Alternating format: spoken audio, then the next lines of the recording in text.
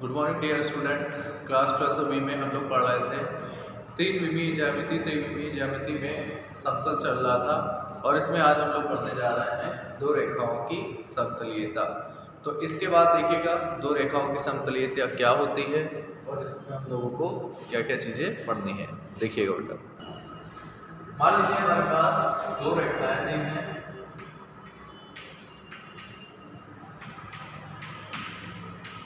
पहली रेखा है बेटा r is equal to r vector equal to a1 vector plus t v1 vector, और दूसरी रेखा दी है बेटा r vector is equal to a2 vector plus n v2 vector. ये हमारे पास दो रेखाएं दी गई हैं। तो हमारे पास समतलीयता की कंडीशन क्या होती है, आप लोग जरा देखिएगा।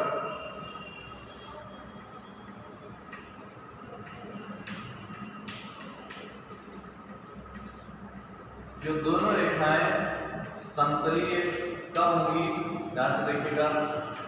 a1 vector dot v1 cross v2 ये बराबर होगा a2 vector dot v1 cross v2। ये बेटा दो रेखाओं की समतलीयता होती है। अगर इसकी वैल्यू इसके बराबर आ जाए, या हम चाहे तो इसको ऐसे लिख सकते हैं a1 vector minus a2 vector dot v1 cross v2 is equal to 0। यदि ये दोनों मान का डॉट 0 के बराबर आ जाए तो दोनों रेखाएं समतलीय होंगी। समतलीय का मतलब होता है बेटा एक ही समतल पर स्थित होंगी। आइए हम लोग इसको कार्तीय रूप में देखें। देखिए यही चीज कार्तीय रूप में कैसे होती है, इसका कार्तीय रूप देखिए। मान लीजिए हमारे पास कार्तीय रूप में भी दो रेखाएं दी हैं, x minus x1 upon a1, y minus y1 upon b1 और z minus z1 upon c1, तथा दूसरी रेखा क्या है x minus x2 upon a2, y minus y2 upon b2 और z minus z2 upon c2।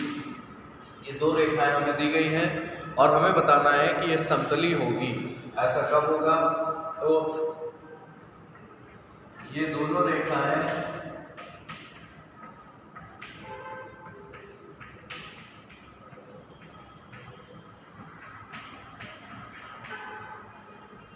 समतलीय होगी। बेटा ऐसा कब होगा, जब मॉड के अंदर, या इसको हम डिटरमिनेंट भी कहते हैं, x2 minus x1, y2 minus y1, z2 minus z1 upon a1 b1 c1 और a2 b2 c2, इस पूरे की वैल्यू 0 के बराबर आ जाती है। तो अगर ये बार 0 के बराबर आ जाएगा तो हम दोनों रेखाओं को समतलीय कह सकते हैं बेटा। अब हम लोगों को एक चीज और पढ़नी है, एक बिंदु और एक समतल की दूरी, और इसके बाद हम लोग सवालों पर आएंगे। देखिए बेटा यहाँ एक बिंदु दिया है और इस बिंदु की हमें एक समतल से दूरी बतानी है। तो कैसे बताएंगे, देखिएगा। जैसे हमारे पास कोई बिंदु है ए से, और समतल बेटा हमें दिया गया है r vector dot n vector is equal to d vector. बिंदु ए से समतल की लंबवत दूरी कैसे बताएंगे, देखिएगा। सबसे पहले मॉड लगाएंगे, r की जगह पर a रख देंगे आप, तो ये हो जाएगा a dot n vector minus का d वेक्टर और अपॉन में होगा बेटा n वेक्टर मॉड। तो ये होती है एक बिंदु से एक समतल की लंबवत दूरी निकालने का सूत्र। अब एक चीज का यहाँ पर ध्यान रखिएगा, अगर यहाँ पर इस बिंदु को मूल बिंदु कहा जाए तो मूल बिंदु कहने पर यहाँ a और n ये पूरा मान 0 हो जाएगा, केवल आपके पास d आएगा और बटे में n आ जाएगा। ठीक है बेटा, तो ये है किसी बिंदु की समतल से दूरी निकालने का सूत्र। आइए अब हम लोग कुछ सवाल देखते हैं इससे संबंधित। देखिए बेटा, यहाँ पर एक उदाहरण है, उदाहरण नंबर 13, जो कि इम्पोर्टेंट प्रश्न है, ध्यान से देखिएगा। उस समतल का सदिश समीकरण बताइए, ज्ञात कीजिए जो मूल बिंदु से 6/√29 की दूरी पर है और मूल बिंदु से इसका अभिलंब सदिश 2i - 3j + 4 के है। आपको बेटा याद होगा, अभिलंब सदिश को n वेक्टर से दर्शाते हैं और अभिलंब सदिश के इकाई सदिश को n कैप से दर्शाते हैं। तो यहाँ पर ये जो आपको अभिलंब सदिश दिया है ये n वेक्टर दिया गया है। तो आइए हम लोग इसको हल करते हैं। सबसे पहले आप लोग देखिएगा, आपको क्वेश्चन में दिया गया है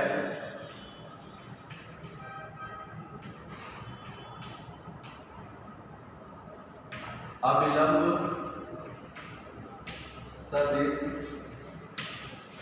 n वेक्टर बराबर 2i - 3j + 4k।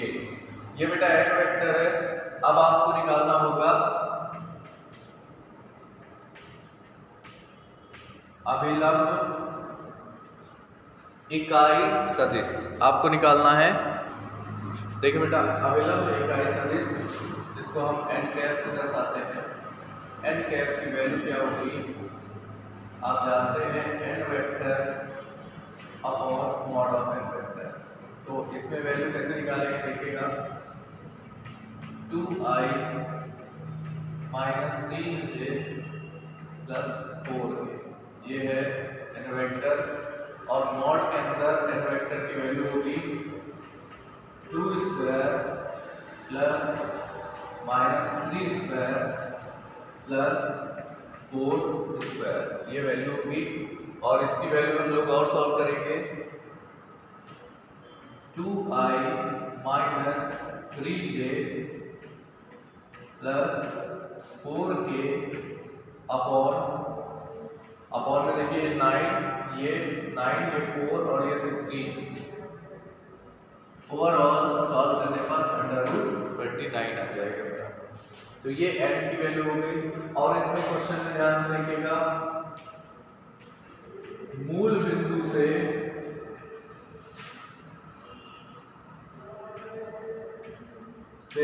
जो दूरी है वो d है और यहाँ पर d की वैल्यू आपको दी गई है 6/√29, ये वैल्यू भी दी गई है। अब आपको समतल का समीकरण निकालना है।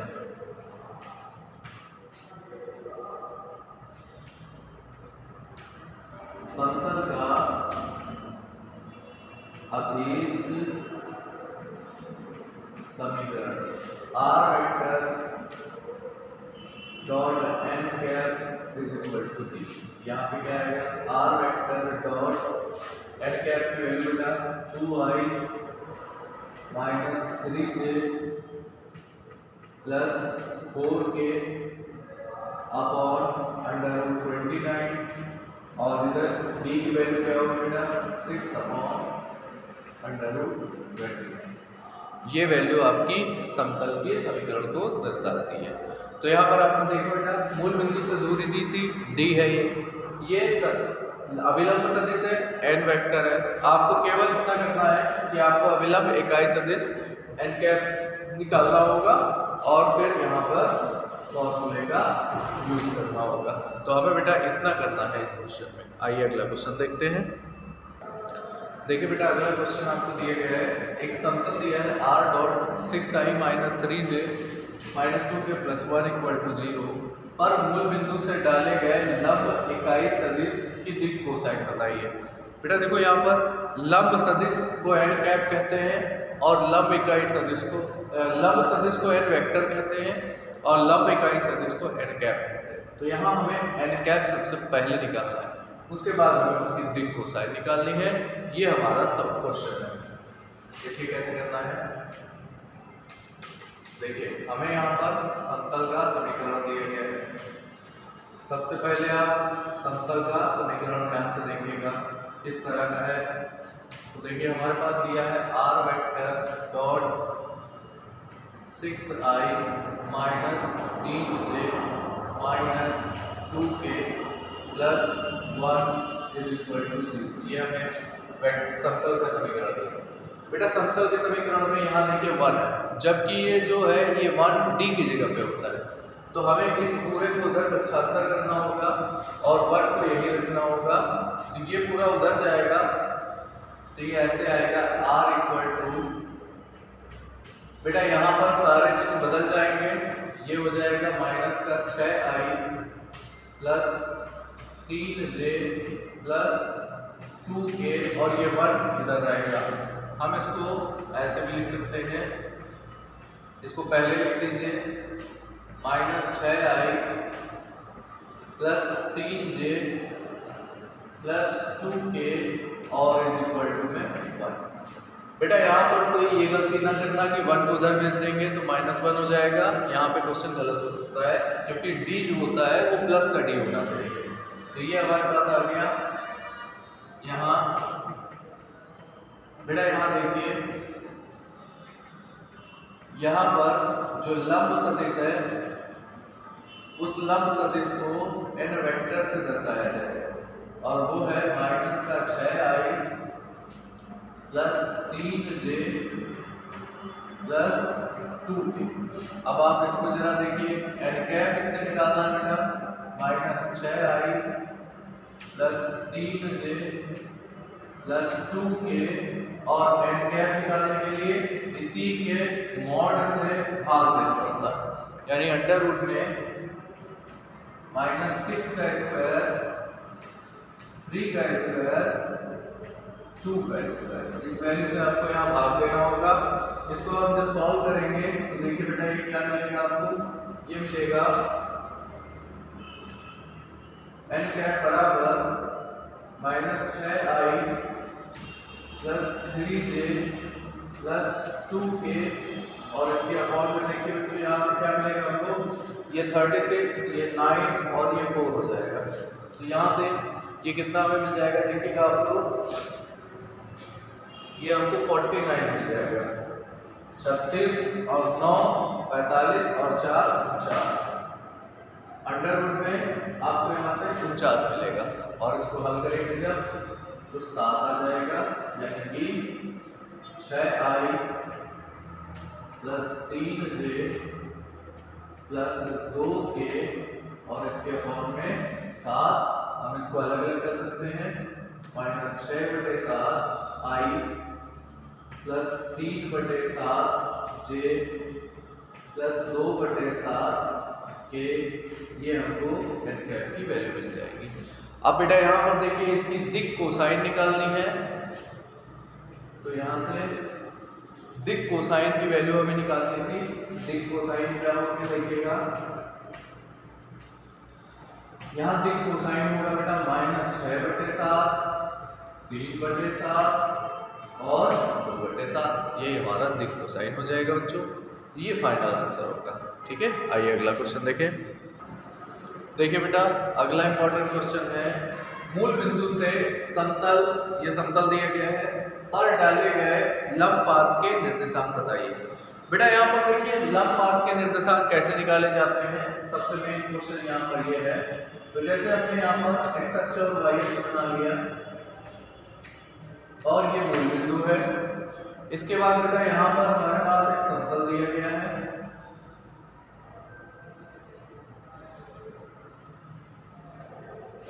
और मान लीजिए हमने इस समतल पर मूल बिंदु से एक परपेंडिकुलर खींचा।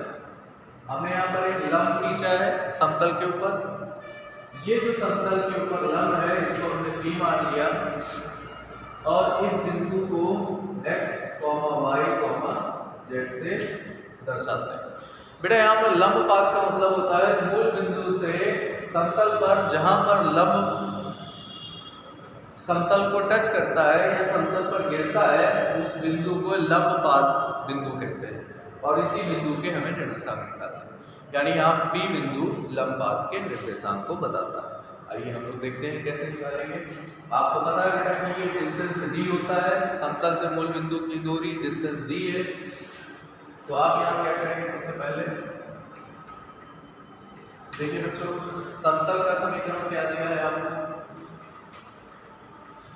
समतल का समीकरण आपको दिया है 2x minus 3y plus 4z बराबर 6। आपको मैंने बताया था कि ये समतल ax plus by plus cz बराबर d की तरह है, लेकिन हमें इसको हमें इसको नॉर्मल फॉर्म में बदलना होगा, अभिलंब रूप में बदलना होगा। और अभिलंब रूप के लिए हमें यहाँ पर 2, 3 और 4 के वर्ग करके हमें इससे भाग करना होगा। अर्थात कैसे होगा देखिएगा,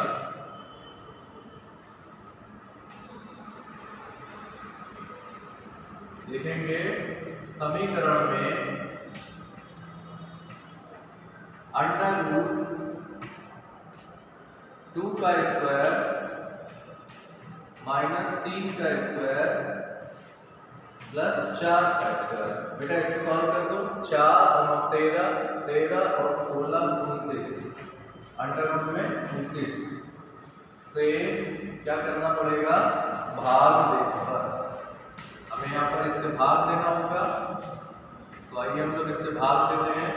देखिए क्या आएगा, 2x बटे अंडर रूट 29, 3y बटे अंडर रूट 29 प्लस 4z बटे अंडर रूट 29 बराबर 6 बटे अंडर रूट 29।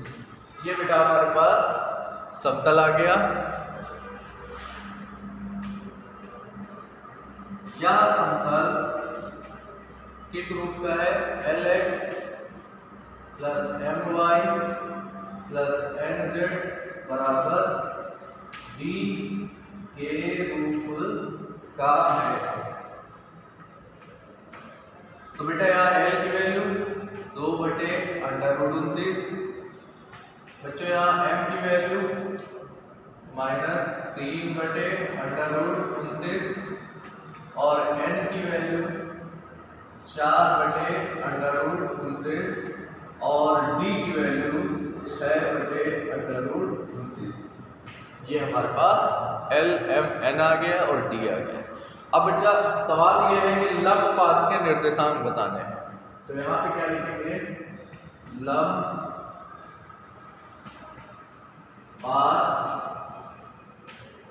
के निर्देशांक। बेटा लंबपात यहाँ पर कौन है, बिंदु P है, तो हमें बिंदु P के निर्देशांक निकालने का फॉर्मूला समझना होगा। तो लंबपात के निर्देशांक निकालने के लिए देखिए बेटा फॉर्मूला क्या है, LD, MD और ND। यहाँ पे बेटा LD क्या है, ये L है और ये D है, दोनों का मल्टीप्लाई कर देना है। देखिए बेटा यहाँ L और D का मल्टीप्लाई 6 दूनी 12 आ जाएगा और नीचे अंडर रूट 29 से अंडर रूट 29 का गुणा हो जाएगा, यानी आंसर आएगा 12 बटे 29, क्योंकि अंडर रूट से अंडर रूट कट जाएगा।